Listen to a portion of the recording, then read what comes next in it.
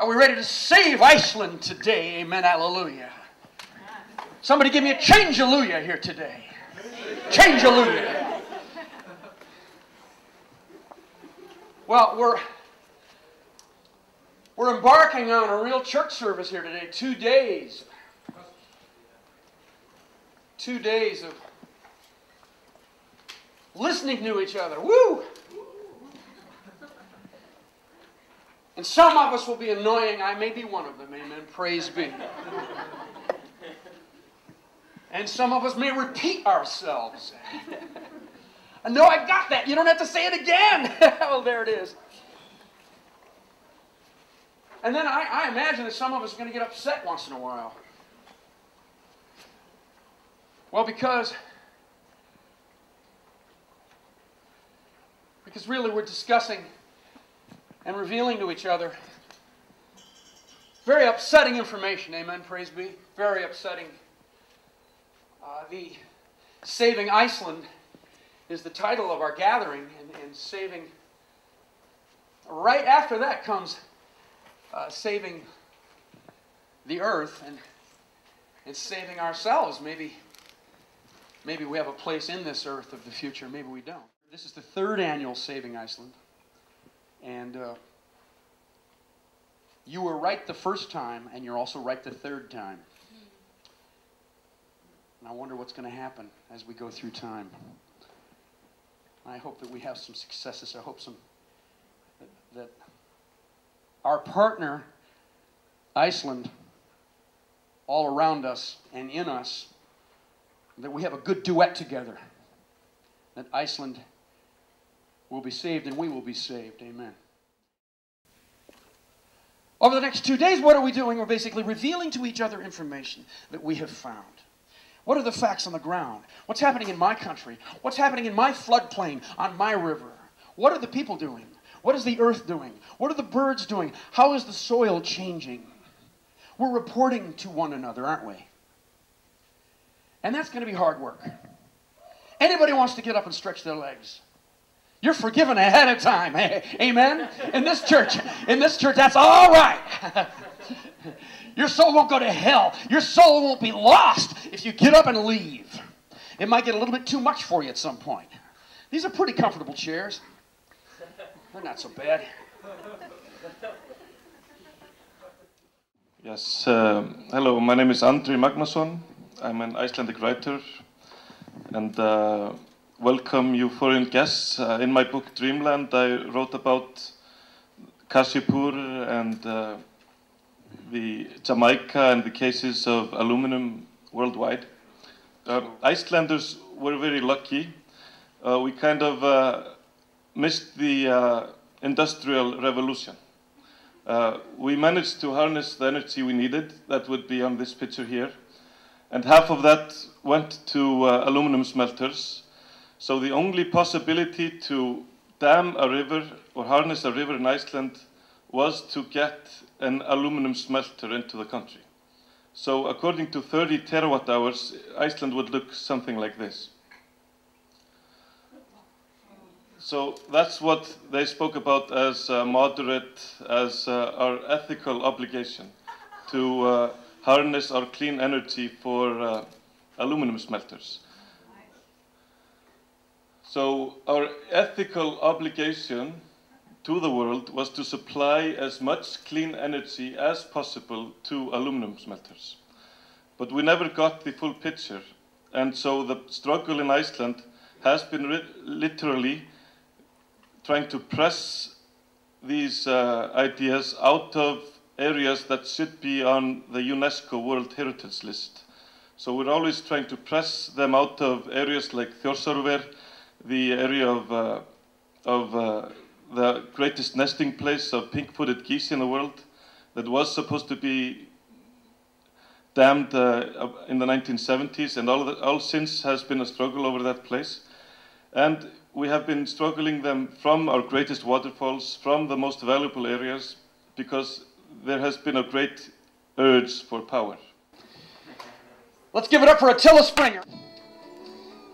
And it was a morning like this in 2005, Easter morning, Easter Sunday morning, that the people of Union Village woke up to the sound of bulldozers moving into their 1,000 acres of forest.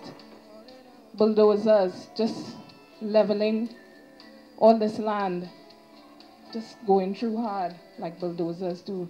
Noise, and it wasn't just the noise of the bulldozers, it was the noise of animals, pregnant animals, animals in foal, because that time of the year is that season when all the forest animals are having their children.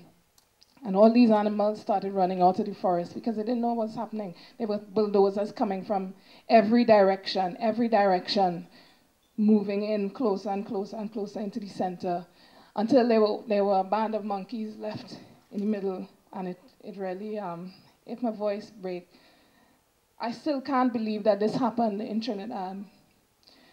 And when these monkeys, with their babies and their pregnant bellies, got to the middle, and the workers who were clearing this land didn't know what to do with them, they started clubbing them to death, right?